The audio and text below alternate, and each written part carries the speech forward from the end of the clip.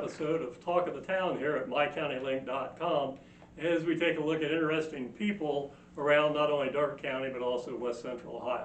I'm Alex Warner, and I'm joined today by Dr. Rob Maher from here in Greenville, and we're going to talk a little bit about Rob's background, but mostly we're going to concentrate on this man just finished your 10th Ironman triathlon, and we're going to talk a little bit about how he got involved in that, what kind of training he undergoes, some of the equipment he uses, and just different things of that nature. So first of all, Rob, welcome to the show here. Glad to have you here. Let's talk about Rob Maher. Let's talk a little bit about your background here in Greenville. Sure. Yeah, born and raised here in Greenville, graduated in '89, went off to Ohio State for a few years, and finishing up at Ohio State, my cousin, Dr. Trimble, who had practiced with Dr. Cox for many years here in town, decided I need to stop out and say hello to him, and they decided that I needed to come back and practice podiatry. What were you majoring in at Ohio State? I was food science and nutrition, with a specific in meat science. Really? So I'd worked for Freshmark Sugardale for a couple internships and a few other jobs, so I was headed for the meat market. Okay, wait a little change of direction. Yes. So met with them, followed around Dr. Trimble's roommate for a couple months, and decided podiatry was a good way to go. So off I went for another 6 years to Cleveland, and then back home after residency. Wow, that was quite a journey then, wasn't it? It was, and here it's been 25 years, amazingly. So you've been 25 years in practice. Now, correct. How long have you been in the new building out here off of Russ Road? We moved there in '07. '07. Correct. Okay. We were out on Children's Home Bradford Road for the first 6.5 years. Yeah. So what really piqued your interest? Because that's a big move, so you had to have some interest in becoming a podiatrist. Sure. Well, I'd always had the interest, you know, Dad being involved with the rescue squad, Mom being a nurse. Obviously, David treated me a few times for injuries through high school. Becky Cox, Dr. Cox's daughter, graduated with me. Okay. So we'd known about the field, and that kind of piqued the interest. And after spending a little time with them, and obviously down in South Carolina with Dr. Trimble's old roommate at his practice, doing a lot of surgery and sports medicine, decided that would be a good way to go. And I get to come home. Yeah, okay, that worked out really well for the folks here in Darke County and all of you others that are patients of Dr. Maher's. All right, did you participate in sports in high school then? Yes, mainly soccer was my thing. Okay. Always been very active with riding and soccer and all that. Back in 1914, 1914. You're in great shape, that's all I gotta say. 1984, Campus Life Bike did tours all around. And that year I rode to St. Louis with them, so that kind of got me going on the biking side of things. And then at Ohio State, just staying active with running and riding and everything. Didn't have much time to do that in medical school and residency.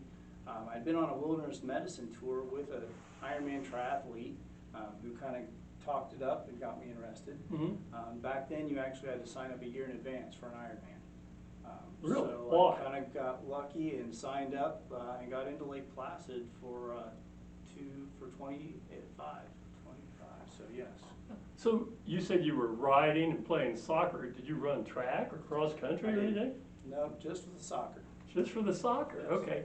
Well, even before you started getting involved in the Ironman competition, which we'll explain in a little bit, did you do like 5Ks or anything of that nature? Just I'd always done some 5Ks and some half marathons and things like that to stay in shape mainly, nothing real long term. Wasn't a real strong swimmer. You know, I could swim and, you know, skiing and stuff like that, but not to jump in and do any competitive swimming. So we had to pick that up a little bit along the way. I know, I looked up some things. I see the first Ironman competition was in Hawaii. Correct. In 1978, so when you were in kindergarten or first grade most likely, Yes. is when they first held an Ironman competition, and it was in Hawaii if I'm not mistaken, and only like 17 people I think signed up for it. Correct, and originally it was several guys that got involved. One guy was a runner, one guy was a swimmer, and one guy was a biker. And they decided they need to figure out who was the best at all those things. So they got a couple military guys together, and the reason they have the distances, it was the distance between one of the straits in Hawaii, distance around one of the islands, and then a distance to run to one of the towns out on the coast and back. Which ended up being basically a marathon, correct? So it comes down for you folks out there that are unaware of what's involved in the Ironman triathlon, the full Ironman. Tell them the mileage on those. So full Ironman. And in the order in which they occur. Correct. Sure. The swim is 2.4 miles. Come straight out of the swim, go to transition, straight into bike for 112 miles. Straight out of transition into the run for a full marathon, which is 26.2. That doesn't sound like a lot of fun to me, but that's a great test of endurance, willpower, It is. physical, everything. It's all rolled into one. Yes, it's a long day. You got to prepare, you got to prep, you got to eat, you got to do all the right things, and all kinds of things happen during that day. And all of them that I've done, everyone's different. So let's start with the 2.4 mile swim, and most of them are in open waters, correct?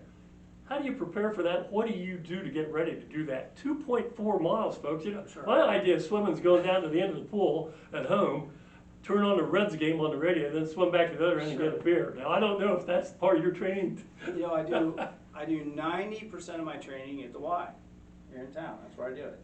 Typically a training week, you start out in off season, you're swimming 2 to 4 miles a week, and then once you hit in season, for me, which is about 12 weeks before the race, you're swimming anywhere from 6 to 10 miles a week. There are a few places we can go for open water, over at Columbus, Buck Creek, over at Muncie, to try and practice a little bit. But the biggest thing I do is I'll do a couple spring races where there's open water around, just to get ready for it. Yeah. What do you think about? It takes a while to put even 6 to 10 miles or whatever. What do you think about while you're doing laps? Because it's just down and back and down and back. The biggest thing you have to focus on is technique. Swimming's all about technique. So if you keep your swimming technique down and you keep focused on technique, it goes pretty quick, actually. So like energy efficient. Correct. Okay. Yeah, the hardest thing with the swim is you don't get to eat and drink. That's true. So you're out there for an hour or two, think about just going out for a run or walking or anything else for an hour or two. You don't eat or drink during that time. So that's the hardest part about the swim portion. What's an average time for you? And I know the conditions will vary because of tides and currents and choppiness. 2.4 miles for me is typically anywhere between an hour 5 minutes and an hour and 15. And it's a pretty tight window for me and how quickly I'm swimming. Yeah, so you're basically around 25-minute mile. Does that sound close? Wow. Yeah. And then how often do you do freestyle? I assume. All freestyle. How many strokes before you turn to get your breath? That depends on sighting. It Okay. depends on the conditions and sighting. Anywhere it's usually anywhere between 5 and 10 strokes Okay. to get your sighting down. Right, so we get this first hour and 5 minutes or whatever out of the way with the swim. You come right out of the water and then boom, right to your bicycle. Do you change or anything, or? Typically, a lot of the swims are wetsuit legal. If you're below 76 degrees in the water, it's a wetsuit legal swim. Okay. So you tear off the wetsuit. Depending on which race you're at, it can be anywhere from 200 yards of transition to Lake Placid's almost 600 yards that you have to run. And that's Just to get to your bike? Just to get to your bike. Do they count that as part of your? Timed running. Clock doesn't stop. Oh, okay. Right. So in that time, you got to get your helmet on, your glasses, and your biking shoes. If you're going to change clothes or wear the change your clothes. Grab your bike. Typically, it's in a football stadium, so it's on a football field. You have to grab your bike, run with your bike to the transition area where you get out to get on the bike, and then away you go. When you talk about your bike, what kind of bike do you have? I know it's not a dirt bike. It's not one with wide tires. What kind of bike do you have? Typically, you can ride a standard road bike, which has bull horns on it, or you can ride a traditional triathlon bike, which typically has kind of straight bars that you're laying down flat over the front bars on it. Okay. Lake Placid's a very hilly course. For that, I ride a road bike. You're not down an aero much. Flatter courses, we call it aero position. That's when you see it's very low. You have a very aerodynamic helmet on. I was going to say, it kind of tapers at the back kind of thing. Yep. Much more energy efficient. Coefficient of drag is much lower. So you can get out and go a little quicker. Okay. So depending again on the course, a flat course compared to one that has hills and things of that nature. Correct. 112 miles. How many miles did you put in preparation for that? We're going to talk a little bit about how you prepare for a race, but let's just, So in the off season, I'm typically riding, 200 to 250 miles a week. When we get into race prep, that 12-week area in there, you're typically putting in 400 to 450 a week on the bike. 450 miles a week? Correct. Prepping for the... Correct. My gosh, where do you go? All around our county. I was going to say, they still have the bike trail here. You must know that front and back. Yes. In addition, we do a lot of riding inside marathon trainers. Yeah, I would think something like that. Some of the new technology, you can have the exact race course that you're racing programmed into the computer and right away. Mhm. When you say we, do you have training partners, or I you do do. most of it on your own, or You know, what? Roger Bowersock and I have been riding together for 20 years. He's from Arcanum? From Greenville. Close enough. Roger used to be a USA cycling guy. He raced in the US and in Europe as a junior. So he's been a great resource for the bike and just Okay. overall prepping. Does that make it a little easier with a training partner? I assume it does. It has to. More accountability and Yeah. able to get out Where there. were you yesterday? That Yeah. kind of thing, right? Sure. Yeah, okay, that makes sense. So we do the 112-mile bike ride. And that usually, on average? That's how long? usually right at 5 to 5.5 hours for me. Okay, so now we're almost 6.5 hours or more into the Correct. race. You jump off your bike, and all of a sudden you have to change again. Absolutely. Yep, into the running gear, throw on the hat, grab the race belt with all your nutrition, whatever you need, and you're off for the marathon for 26.2. Wow. How much nutrition do you take? I mean, you're burning calories like crazy. Mainly staying hydrated, and then some Staying power hydrated, bars, or what do you as well have? as candy bars, power bars, Uncrustables are great. Everybody's a little different. Typically, I'm usually aiming anywhere from 300 to 350 calories an hour. Everybody's different in how much they can take in and maintain. Okay. You can take in more on the bike. Running and jostling and everything else a little different with that, and lots of Coca-Cola. Really? Yeah. Not water? Not Coca-Cola water. because of the sugar content Sugar for energy? content, it keeps it going. You got to keep your water and your hydration in too, but the sugar content to keep that sugar, because your glucose stores are pretty much gone at that Yeah, I was point. gonna say, If you don't keep those up, you get into trouble fast. yeah, real fast. Your muscles don't respond well to it. Yes.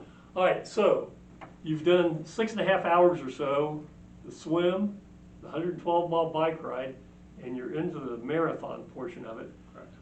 What, on an average triathlon, what would you run that marathon in? My average marathon's around 5 hours. Yeah, I would think. And I run marathons from 4:20 all the way up to almost 7 hours. That's the unknown at the end of the race. You Nope. just never know how things are going. and What do you how have strong left you're in the gonna be. tank? Yes. Oh my gosh. Yes. So we've looked at 6.5, so you're 11.5 to 12 hours to Correct. complete a triathlon. Correct. Wow. Yes, and I will mention that Lake Placid this year, they broke the Ironman record again at 7:42 is what a pro does it in. Wow, that's amazing. That is amazing. Do they have age groups then? Everything's age group, every 5 years. Okay. You have to be a minimum of 18 to do an Ironman, and then they go, actually it's 18 to 25 is the first age group, and then every 5 years 5 after years? that. Okay. Yep. This year they did have an 80-year-old finish Ironman Lake Placid. Wow. Well, my hat's off to him. Absolutely. And I know there's a time limit too. I think 17 hours. 17 You have 17 hours to be finish the official. course. Okay. Midnight's the cutoff. Let's talk about courses. You've done 10 of these things. You've completed Right. 10 of them. What are some of your favorite courses you've run? I have to say Lake Placid's probably the favorite because it was my first. And this is the one you just completed Correct, recently, right? correct. Upper New York there, upstate, the Finger Lakes region, lots of mountains, lots of trees. It's not in a city, it's very rural, very scenic. But we don't get to race the mountains around here, so that's very Yeah. unique. It's harder, but it's unique. I was going to say, your time's not going to be near as good as a flat course Correct. because of the hills. Correct, yes, Okay. absolutely. I did have the opportunity in 19 to race Cozumel, Mexico. That was nice for an international race. Open water swim in the Gulf. Really? Was a little unique with that, so that was fun. But that was a very flat course in Mexico. And then you have the challenges of racing internationally, getting your bike there, different foods, Yes. all those things that you deal with. Mexico, the biggest thing was water. You just can't take water in Mexico. It's not safe a lot of places down there. So Did you take our- bottled water with They you? had water packets.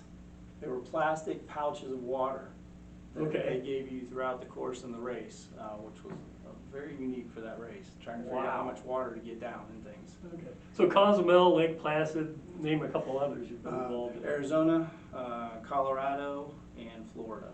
Okay. So Florida was a little unique this year down at Panama City. They canceled the swim because it was so severe down there, so now it becomes a bike and run, which is a little different. we don't get a chance to swim in the Gulf much, so I kind of look forward to that. Okay. Got to practice the day before, which conditions were about as bad. But then race day, they canceled it on us. How was Colorado? Yeah, you were at some altitude, I would assume. Colorado was my longest race. That was the 7-hour marathon. We were Oh. racing at about 6,500 feet out Oh. there in May. The water was 52 degrees in the reservoir. Invigorating. Swimming in, yes. So that one was very unique, yes. Man, I just can't imagine doing the swim, the bike, and then at 6,500 foot altitude, a marathon. I mean, you're sucking air trying to Feels get like some. you're carrying a bag of feed on your back. Yeah, the whole I was time. gonna say, let's talk then, how do you prepare for this? Okay, so you stay, I mean, you're in great shape year round, but say within the last 3 months, say you have a marathon or triathlon 3 months from now, Correct. what do you start doing? So in that 12 weeks, you're prepping all year long, but in that 12 weeks, it's broken up into 4 segments. So the first one is called base segment, the first 4 weeks, which is heavy on aerobic. You're just doing a lot of long, slow aerobic training. Okay. The second 4 weeks is where you're starting to add actually some sprints back into it, some speed work back into it, and then the last 4 weeks is what they call cut or prep. And that is basically all sprints that we do. A lot of what we call hypoxic work, where you're functioning at a really high anaerobic level, trying to get things ready, just to be tired. Okay. You keep increasing a little bit each week up until the point where you start to taper before the event itself? Increase for the first 8 weeks of that, and then that last 4 weeks you actually start cutting back on time, but that intensity is ramped up aggressively. Okay. And a lot of cross training involved in that? Correct, yes. I was going to say, because you don't just go out and run, Correct. you know, just A to lot get of miles lifting, in. a lot of yoga, some Pilates thrown in there Yeah, as well. I would think so. Absolutely. Oh my gosh. What do you do then nutritionally leading up to a race? What's your typical diet like? Because you're just burning calories like crazy. Yeah, I'm pretty even in my calorie intake as far as my proteins, fats, and carbs that I do. A lot of people will go heavy on the carb side. That doesn't work real well for me just from a gastric upset standpoint. I need Okay. a little more protein and fat. I will say I'm not a big cereal guy, but those last 4 weeks, I'm probably eating a box of cereal every other day, trying to keep up with the calories. Like Captain Crunch or what? Are we Yes, doing? absolutely. Yeah, something sugary. It's usually late at night when I'm just really You gotta hungry. restore Yes, everything. Oh absolutely. my. And you're usually constantly losing weight that last 4 weeks, especially the first one where you taper and go, the intensity goes up. So you kind of watch your weights too, because that's another part of the medical. If you lose more than 10% of your body weight, they'll pull you from the race. Really? And they weigh you when you check in. And if at any point during the race, if you're not doing well, they'll re-weigh you and pull Really? you from the race. And if you've dropped If 10%, you drop 10% of your body You're weight, gone. you're out. yeah, okay, and that makes sense. That makes Keep sense. it Looking out for the safety of the contestants. Yes. The last few days, say you have a triathlon on a Saturday, say it's Wednesday. Right. What's those last 3 days like? The last 3 days, you try and keep things low key. If you're walking too much, if you're doing too much, because you're feeling really good. Yeah, So you're in if you great do shape. too much those 3 days, you'll be hurting on race day. And you're already a little amped up because for the race, you have to show up at least 4 days ahead of time to check in. Okay. Then 2 days Why- ahead of why? time, just they want everybody there. I mean, there's 2,600 people at these events. The day before the race, you actually have to have everything in transition. Your bike has to be in there, your helmet, your gear, and all that has to already be in there. Okay. So 2 days before is when they check everybody in to make sure everybody's here. They do all their medical checks, they check your bike, make sure mechanically everything's sound. So there's just a lot of people and things that go through. Do they have a team that follows you on the bike? Because you see a lot of the bike racing over in Europe and Yeah. so forth, where they have teams in case you have a flat Right. tire or something. There's breaks. no teams, they do have assistance vehicles that follow you around. You're not allowed any external assistance with Ironman. So if I break down, if I can't fix it myself or the official person in their team car can't fix it, you're out. That's Really? it. You're not allowed to be handed any food. I'm not even allowed to hand off a shirt or a water bottle to somebody during a race. Or Wow. You're disqualified. If you litter during a race, you're disqualified. If you litter? If you litter during a race. So you're not drinking stuff and, If you toss it, you're out and they catch you. They're very strict on that. Because if you look at a course, 2,600 people, yeah. there can be a lot of garbage Yeah. out there. So It makes they sense. make it pretty They tight. have stations along the way then? Correct. Every 10 miles during the bike is an aid station. They're laid out very specific. You start out with water, and then you go with whatever their electrolyte is. Then it's banana, then it's gel, then it's Coke, and then it's back to water, and then a trash can at the end. Wow. It's laid out very specific. That's pretty impressive. Yeah. So we've gotten you right to race day now. When the race is over, what's the first thing you do, or the first food you crave, or you're in La La Land, you don't care, I just finished. You never know. That's the hard part. How are you going to feel at the end, or where you're going to Right, oh my gosh. I've had a couple races where, you know, I just laid down the grass because I couldn't, the blood sugar was low, I wasn't feeling good, and I'm done. I've had races where I got done and I'm feeling great. I want to go eat a pizza, you know, have a beer, hang out, do what you want to do. So they're all a little different. Typically at the end of every race, they'll have pizza, fruit, pop, non-alcoholic beverages, Okay. and you hang out there as long as you need to recover. When you finish an Ironman, there are 2 people for every finisher that grabs onto you. Yeah. Because there are so many people across that finish line, the adrenaline dump stops, the sugar drops, and they pass out, you know, and they get all kinds of injuries. Yeah. So they got it set up. Their medical tent typically has 50 to 60 beds in it. They're manned with a couple doctors and nurse practitioners and everything. So Yeah, they're you well set know, up. I'm kind of chuckling when you talk about people grabbing you. I know I did my first, and I must say only, half marathon when I was 66. And I remember coming into the stadium here at the football field, and I knew the finish line was someplace. I ran at 2:05, so that's not Yeah, bad for an old absolutely. man. You know, anyhow, and I got there and I remember Martha Brown and Becky Shoemaker both grabbed me as I came across the finish line. And when you talk about laying on the grass, I welcome that chance Yes. to lay on the grass. And the first thing they must have dumped 2 quarts of chocolate milk down me and a couple bananas. And about 15 minutes later, I came to. But Right. yeah, Yeah. so that's why I'm so, how I admire what you do and all these other Ironman contestants, because that is tough work physically and emotionally and everything else. Yes. And, you know, the hard part with any of these races is once you finish, that's great. You finish, you get your whatever you need. You still got to get your bike, and now you got to get your hotel, your car, wherever it is. And those things usually aren't real close Yeah. to where you're at. So we always chuckle, you know, the end's the end, but not really. You got a little more to go. Yeah, a little more to go. So, What's your recovery like then for that first 3 or 4 days Right. following a triathlon? You know, it's been unique up until this year. I never took a day after a race. I drove straight home the day after a race. Wow. I figured riding in the car would be a good thing. Not so much. You get pretty stiff and sore. The week after the race, you actually feel good. You actually kind of got a high going. The second week after the race, it's kind of like somebody hit you with a Mack truck. You want to eat everything, you're pretty lethargic, you want to sleep a lot. Third week you feel okay. I'm into my 4th week now, and if I try, I'm starting to pick back up with the workouts, and you're still tired. You're not there. You think you're okay, but you're trying to do anything aggressive, and Geez. that energy level's just not quite there yet. When's your next competition? So I don't have anything scheduled right now. Okay. This was the big one for me since I was hitting that number 10. Yeah. And I'd done several races in the spring leading up to it, so now we'll take the fall off. How long do you see yourself doing this?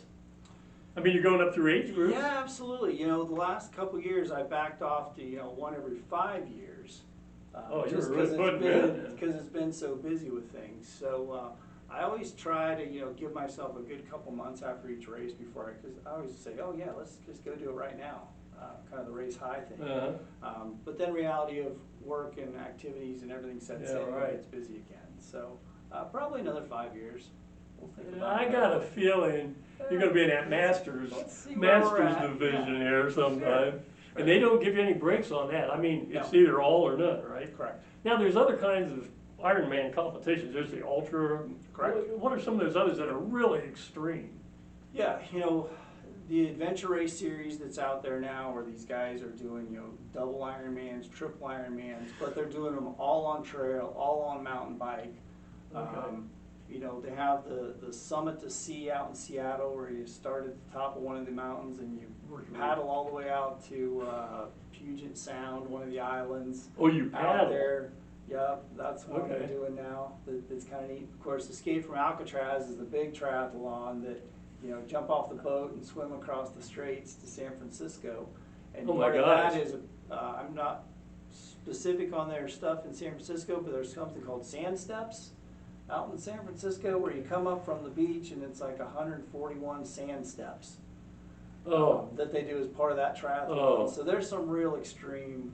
Yeah, I was gonna say, I think I've seen some that are, Death Valley, and then you see some that are like 100-mile. You got Yeah, you gotta be Leadville, nuts. it's all above, you know, Oh. 10,000 feet that they're doing things. Oh. So I mean, the human body's amazing what it can condition to. Yeah, what it can condition to. Yes. Yeah, so you're not gonna condition for a Leadville race at 10,000 feet. You're at Greenville High. No, not at all. Oh, man. Well, anyhow, it's just fascinating what all you've done and the prep that goes in. How many hours a week, when you're really in the middle of your training, how many hours a week? My gosh, because you're still at the office, like Yeah. full schedule. Yeah, typically it's between 15 and 18 hours. Wow. You know, when I was in my 30s, it was 22 to 25 hours. And it's interesting because even though I was a little younger, you know, that only really took me down about an hour on my racing times. Okay. So when you start getting, you know, the amount of energy it takes to bring those times down becomes really significant to get small gains. Yeah. It's the interesting thing when you get to long distance You're gonna racing. plateau at your Correct. potential, Correct. basically. Wow. Well, that's pretty impressive. What do you do to pass the time while you're doing all that? You wear headset, earbuds? What do I you do? don't. You know, one thing with Ironman, you're not allowed to wear any outside device. No earphones, no Really? earbuds or anything. That's another one of their requirements. So What do you think about the whole time, Yeah, especially you know, in training? Sure. A lot about work.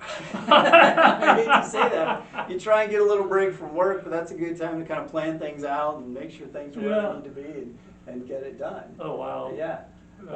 So yeah, it's a lot of time, and I don't train with any of those other devices just because I can't have it during a race. Yeah. So I try to keep it the same Okay. when I'm out there. But yes. Well, hey, thanks for taking time out. I know you got a tremendously busy schedule, and to stop in and spend a half hour with us, we really appreciate it. So, man, good luck. This has been really interesting. Dr. Rob Maher, Thank you. podiatrist here in Greenville, Western Ohio Podiatry, right? Thank you. Yes. And he's been in practice, you said 25? 25 years now. 25 years. Just a puppy, yeah. Yes. Anyhow, thanks so much for stopping by. We hope you folks enjoyed this, talking about Ironman triathlons and things of that nature. And again, thanks so much for stopping by. I'm Alex Warner, on behalf of our videographer, Clint Randall. Thanks for watching this episode of Talking the Town here at mycountylink.com. So long, everybody.